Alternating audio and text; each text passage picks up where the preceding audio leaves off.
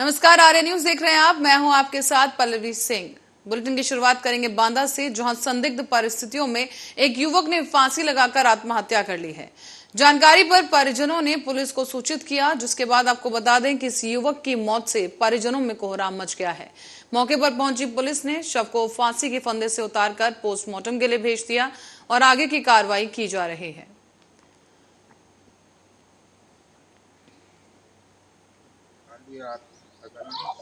बच्चे ने क्या नाम था उनका? कितने साल का? 19 साल का।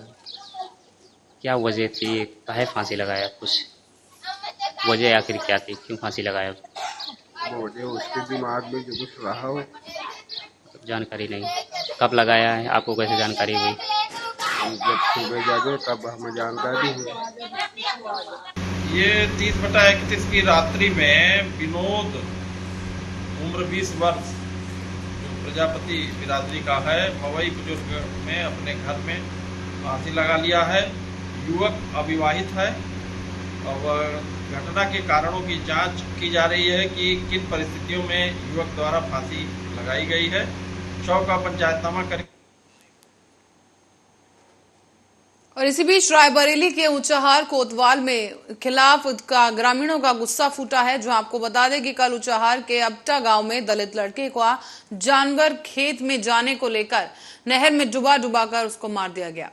लड़के के चिल्लाने पर गांव के ही दबंगों ने दलित परिवार को भी लाठी डंडों से सरेआम पीटा और इसके बाद अब पीड़ित परिवार ने थाने में शिकायत दर्ज करवाई थी, लेकिन कोई न्याय नहीं मिला तो गांव वालों ने थाना परिसर में जाकर जमकर विरोध प्रदर्शन किया है।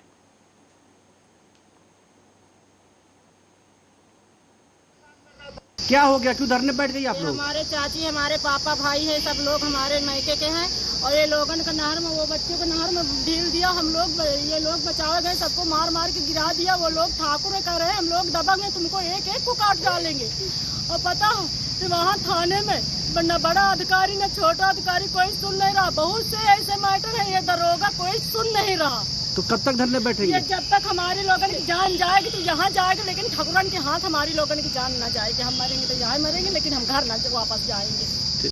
ऊंचाहार दबंग सड़क जो तानाशाह ऊंचाहार थाना अध्यक्ष है, ये अपने आगे किसी पीड़ित परिवार की सुनता नहीं है। पीड़ित परिवार का मुकदमा नहीं लिखा जाता है। थाने में ऐसे कई कांड हो चुके हैं।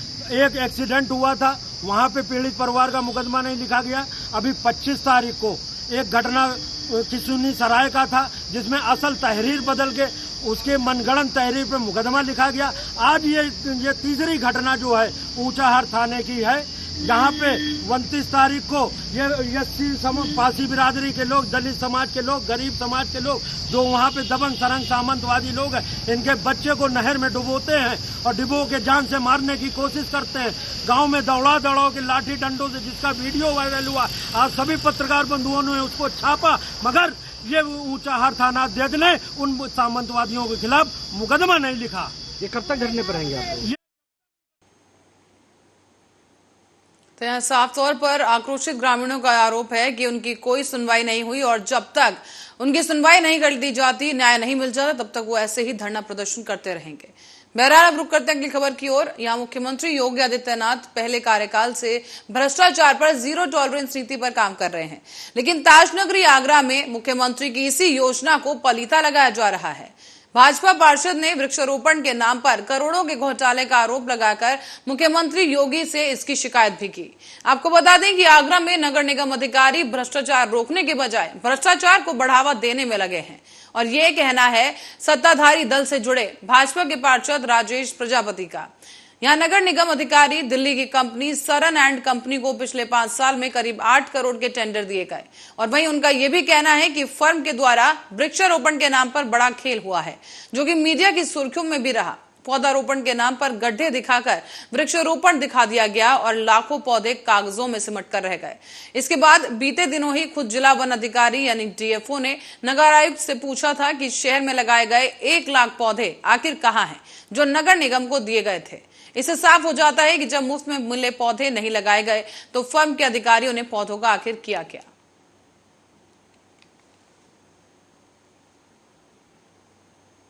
तो चीज ये कि नामित नहीं किया गया है किसी को भी, यहाँ पर हम लोग 100% ई टेंडर कराते हैं और ई टेंडर के शर्तों के मुताबिक अगर कोई चूज़ होके आ रहा है तो उसको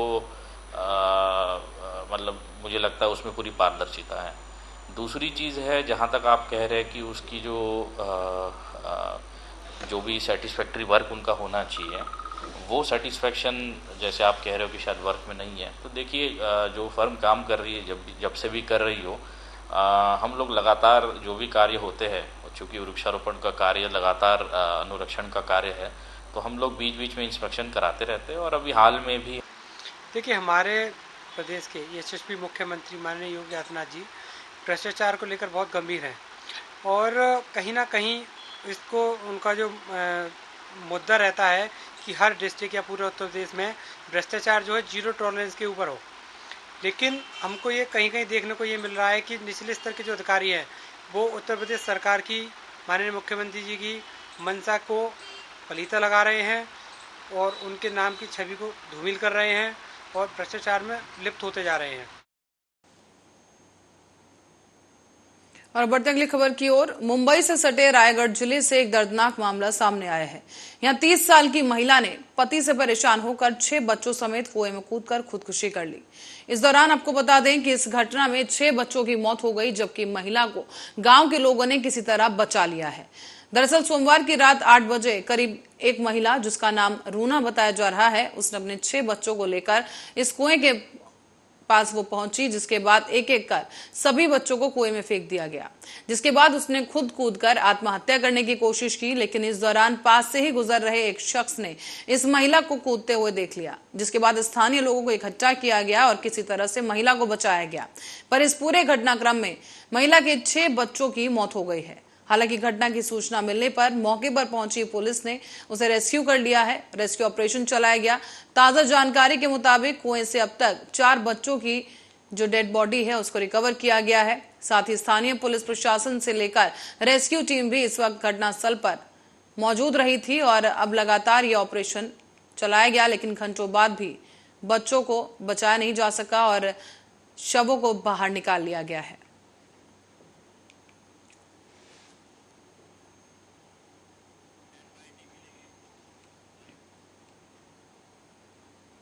तो वहीं दिल्ली के स्वास्थ्य मंत्री सत्येंद्र जैन को परिवर्तन निदेशालय ने सोमवार को मनी लॉन्ड्रिंग के एक मामले में गिरफ्तार कर लिया है।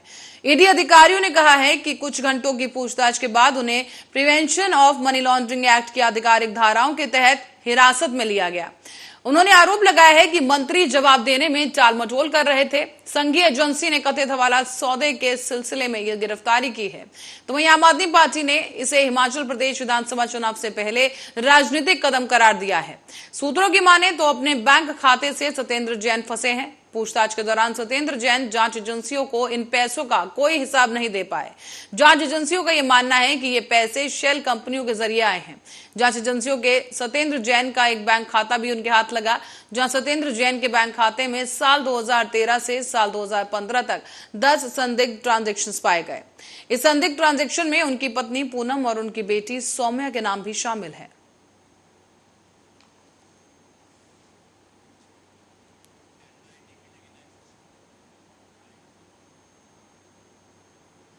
और उत्तर प्रदेश विधानसभा में सोमवार को समाजवादी पार्टी प्रमुख अखिलेश यादव ने अपना संबोधन दिया।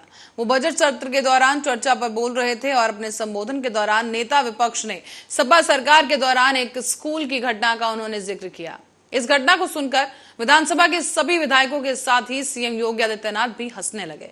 दरअसल अपने संबोधन के दौरान अखिलेश यादव ने कहा कि वो मुख्यमंत्री रहते हुए या अब भी राज्य सरकार के सरकारी स्कूलों में जाते रहे हैं। एक बार में जब वो स्कूल गए तो एक बच्चे से उन्होंने पूछा कि मुझे पहचान गए, तो उसने कहा कि पहचान गया। अब मैंने कहा कौन हूं, जिस पर बच्चे ने कहा कि आप राहुल गांधी हैं। अखिलेश यादव के इतना कहते ही पूरे विधानसभा का माहौल बदल गया। विधायकों के साथ ही सीएम योगी आदित्यनाथ भी हंसने लगे। इसके बाद अखिलेश यादव ने शिक्षा को लेकर सरकार को निशाने पर लिया है। उन्होंने कहा कि बीजेपी के लोगों को इस बात की बिल्कुल चिंता नहीं कि यूपी शिक्षा के मामले में देश में 4थे नंबर पर है, लेकिन उन्हें इस बात की खुशी है कि मैंने राहुल गांधी का नाम लिया।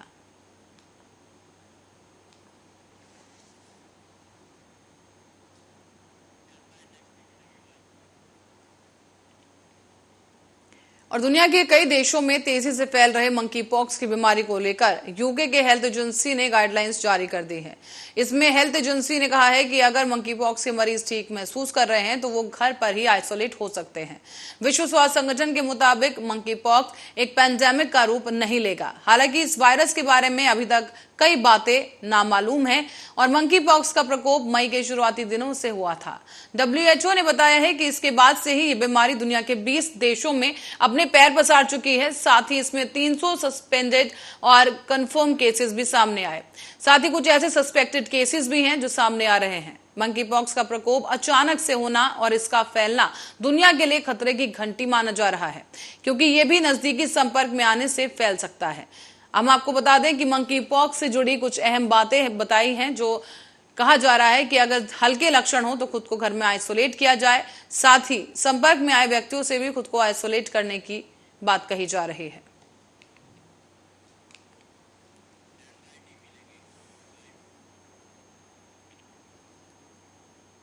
बढ़ते अगली खबर की ओर। राज्यसभा चुनाव के लिए मंगलवार को नामांकन का आखिरी दिन है। यूपी की 11 राज्यसभा सीटों पर चुनाव हो रहे हैं और नामांकन के अंतिम दिन लखनऊ में बीजेपी के सभी 8 उम्मीदवारों ने नामांकन कर दिया है। इससे पहले समाजवादी पार्टी के 2 प्रत्याशियों और सभा समर्थन पर निर्दलीय उम्मीदवारों ने भी नामांकन किया था।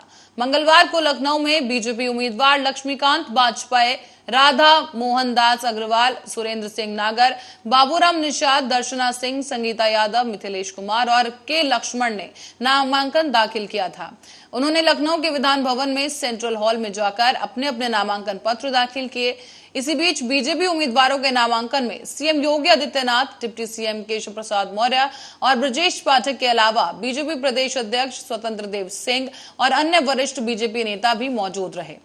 कहा जा रहा है कि उत्तर प्रदेश से राज्यसभा के लिए कुल 31 सदस्य चुने जाते हैं, जिनमें अभी राज्य में 11 राज्यसभा सीटों पर चुनाव हो रहा है। इसी के लिए 10 जून को मतदान होगा। साथ ही सपा से 3 प्रत्याशी पहले ही नामांकन भर चुके हैं। इन 11 सीटों के लिए चुनाव हो रहा है और उनमें बीजेपी के 5, सपा के 3, बसपा के 2 और कांग्रेस के 1 सदस्य शामिल हैं, जिनका कार्यकाल जुलाई में समाप्त हो रहा है।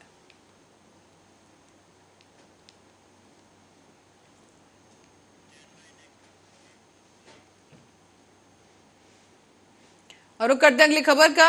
इलाहाबाद हाई कोर्ट की लखनऊ बेंच ने अब लखीमपुर खीरी घटना के मुख्य आरोपी आशीष मिश्रा की जमानत याचिका पर 8 जुलाई को सुनवाई करने की बात कही।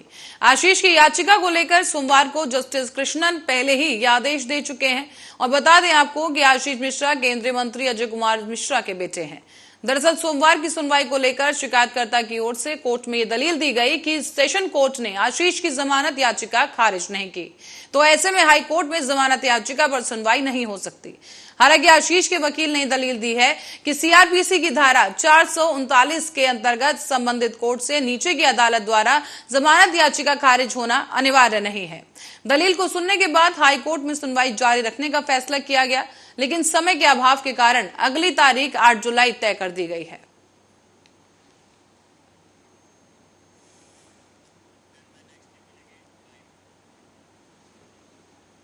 और इस बीच तीर्थ स्थल रामेश्वरम को समुद्र के रास्ते देश से जोड़ने वाला भारत का विश्व प्रसिद्ध पंबन ब्रिज अब 114 साल का हो चुका है। बीच से 2 हिस्सों में खुलकर जहाजों के लिए रास्ता देने वाले इस शानदार और खूबसूरत ब्रिज को रेलवे ने अब रिटायर करने का फैसला कर लिया है। लेकिन उससे पहले पवन ब्रिज के ठीक बगल में एक नया पवन ब्रिज तैयार कर लिया गया है। आपको बता दें कि ये ब्रिज देश का पहला ऐसा ब्रिज होगा जो बीच से ऊपर उठ जाएगा और उसके नीचे समुद्री जहाज गुजर सकेंगे। ये भी आपको बता दें कि 1964 के साइक्लोन में मौजूदा पुराना पंबन ब्रिज क्षतिग्रस्त हो गया था। इसका कुछ हिस्सा समुद्र में बह गया, जबकि बाद में मेट्रो मैन के नाम से मशहूर हुए ई श्रीधरन ने इसे दोबारा ठीक कर मजबूती दी थी।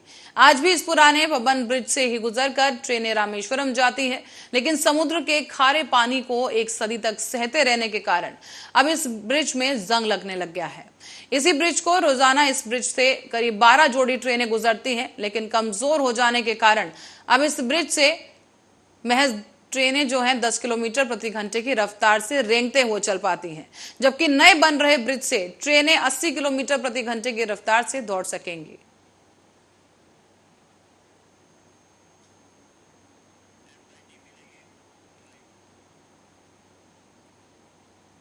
और भारतीय जनता पार्टी ने प्रदेश कार्य समिति की बैठक और राज्यसभा के जरिए 2024 का रोड मैप तैयार करना शुरू कर दिया है।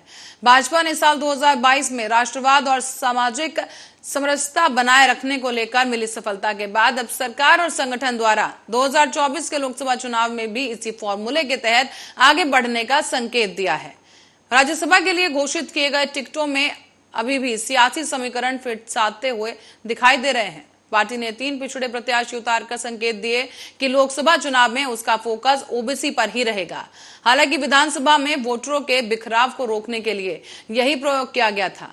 तो वहीं लक्ष्मीकांत वाजपेयी के जरिए पश्चिमी में ब्राह्मणों को साधने का प्रयास होगा। इधर जयप्रकाश की जगह बाबूराम निषाद को टिकट देकर कार्यकर्ताओं के मनोबल को बढ़ाया गया है। साथ ही मुख्यमंत्री के लिए सीट छोड़ने वाले राधा मोहन अग्रवाल को टिकट दिया गया। ऐसे ही 2017 में चौरी चौरा सीट से विधायक संगीता यादव का टिकट काटकर निषाद पार्टी को दिया गया है। साथ ही आपको बता दें कि संगठन में बन रही अब उन्हें उच्च सदन में जाने का अवसर भाजपा ने दिया है।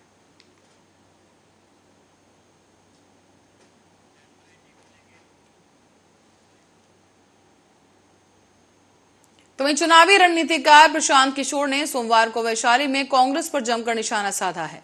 प्रशांत किशोर जन स्वराज यात्रा के तहत सोमवार को पूर्व केंद्रीय मंत्री और समाजवादी नेता स्वर्गीय रघुवंश प्रसाद सिंह के पैतृक आवास पहुंचे थे। यहां उन्होंने उन्हें श्रद्धांजलि अर्पित की और इसके बाद मीडिया से बातचीत की। पीके ने कहा कि कांग्रेस के कारण उनका ट्रैक रिकॉर्ड काफी खराब हो गया है। हाथ जोड़कर लोगों के सामने कहा गया कि अब फैसला कर लिया है, कांग्रेस के साथ काम नहीं करना है। प्रशांत किशोर ने अपने बारे में बताया कि अब तक उन्होंने एक ही चुनाव हारा है और वो यूपी विधानसभा का है, जिसमें उन्होंने कांग्रेस के लिए काम किया था। प्रशांत ने यह भी कहा कि 2011 से 2021 तक वो 11 चुनाव से जुड़ चुके हैं, जिसमें एक ही चुनाव वो हारे। उन्होंने कांग्रेस पर हमला करते हुए ये भी कहा कि ये एक ऐसी पार्टी है कि खुद सुधरती नहीं और हमको भी डुबो देगी। बंगाल चुनाव का जिक्र करते हुए इधर प्रशांत किशोर ने कहा कि 2021 में बीजेपी से शर्त लगी थी कि कौन जीतेगा। मैंने कहा था कि हारेगा नहीं, 100 से नीचे रोक दूंगा, मात्र 77 पर ही रोक दिया गया। भगवान का आशीर्वाद है। जब मेरी बात सही हो गई तो सोचा कि इस फील्ड में बहुत हो गया, अब कुछ नया करते हैं।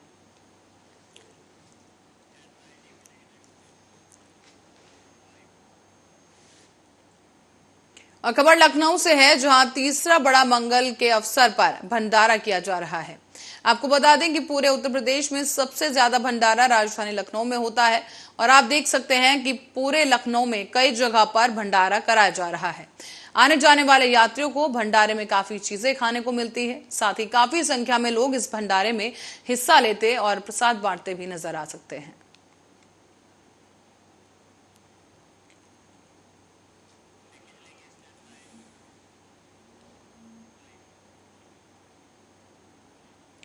और सिद्धू मूसेवाला की हत्या ने पंजाब में कोहराम मचा दिया है। एक तरफ आम जनता में दहशत है, तो वहीं दूसरी तरफ कई और वीवीआईपी को भी अब अपनी जान का खतरा सताने लगा है। तो वहीं सिद्धू मूसेवाला की पोस्टमार्टम रिपोर्ट सामने आने के बाद कई खौफनाक बातें भी सामने आई। सिलसिलेवार तरीके से समझते हैं सिद्धू मूसेवाला की हत्या का दर्दनाक सच।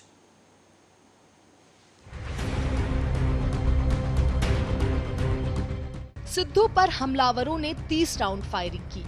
गोलियां लगने से कार में बैठे मूसेवाला के 2 साथी भी बुरी तरह से घायल हुए। गोलियां इतनी कि गिनना भी मुश्किल। और फिर गाड़ी में खून से लथपथ पड़ा सिद्धू का शव। ये कोई फिल्मी सीन नहीं है, बल्कि हकीकत है। वो दर्दनाक मंजर है जिसने पूरे पंजाब समेत देश को हिलाकर रख दिया। कांग्रेस जैसी बड़ी पार्टी के नेता और संगीत की दुनिया में चमचमाता सितारा सरेआम मार दिया गया, जिसने पंजाब में चल रहे गन लॉन्चर की हकीकत एक बार फिर दुनिया के सामने लाई है। सिद्धू की सिक्योरिटी उनकी मौत से एक दिन पहले ही हटाई गई है और अगले ही दिन सिद्धू को बीच सड़क मौत के घाट उतार दिया गया। और गौरतलब है कि सिद्धू उसी दिन बिना बुलेट प्रूफ गाड़ी के निकले थे और उनके साथ सिर्फ 2 लोग थे। और अचानक से हमलावरों ने सिद्धू की कार को घेर ताबड़तोड़ हमला करना शुरू कर दिया और सिद्धू के मरने की पुष्टि करने के बाद ही हमलावर मौके से भागे थे। ताजा अपडेट के मुताबिक पोस्टमार्टम के दौरान मूसेवाला के शरीर पर 2 दर्जन गोलियों के घाव मिले। रिपोर्ट्स के मुताबिक अत्याधिक खून बहने से उनकी मौत हुई थी। तो वहीं अंतरिक्त अंगों में चोटें भी पाई गई। बताया गया कि पोस्टमार्टम के बाद विसरा के नमूने सुरक्षित रख लिए गए हैं और आगे की जांच के लिए भेजे जा रहे हैं। हालांकि अस्पताल ने पोस्टमार्टम के नतीजे को पुलिस के साथ शेयर किया है। साथ ही मृतक सिद्धू मूसेवाला का परिवार पोस्टमार्टम न कराने की जिद पर अड़ा हुआ था। परिवार मांग कर रहा था कि हत्याकांड की जांच हाईकोर्ट के जज की अगुवाई में कराई जाए। इसके लिए एनआईए, सीबीआई की मदद भी ली जाए। परिजनों ने सवाल भी उठाया कि जब खतरे की आशंका थी तो सुरक्षा हटाने की लिस्ट को क्यों सार्वजनिक किया गया था। इस मामले के आरोपियों पर कार्रवाई की जाए। हालांकि बाद में समझाइश और आश्वासन के बाद परिवार मृतक के पोस्टमार्टम के लिए राजी हो गया था।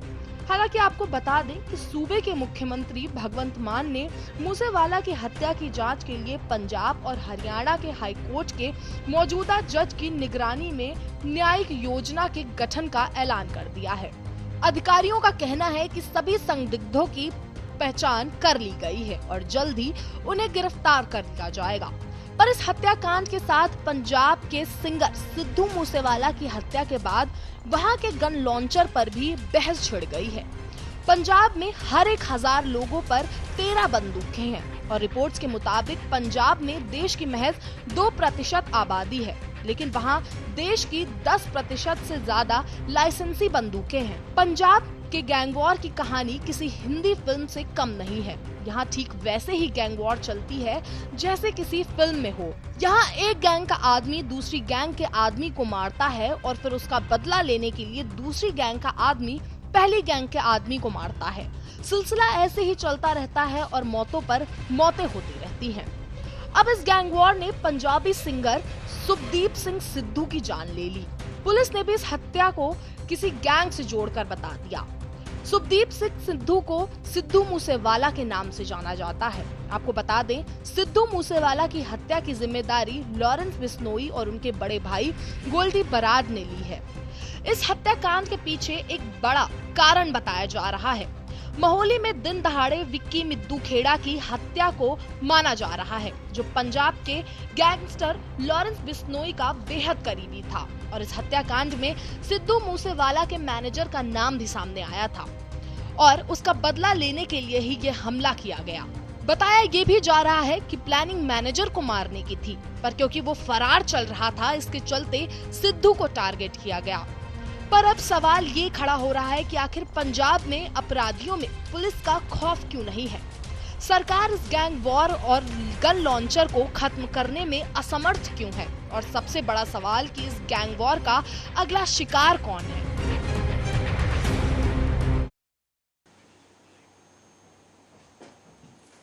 और इसी रिपोर्ट के साथ ही बुलेटिन में फिलहाल के लिए इतना ही। आप बने रहे हमारे साथ, देखते रहे आर्या न्यूज।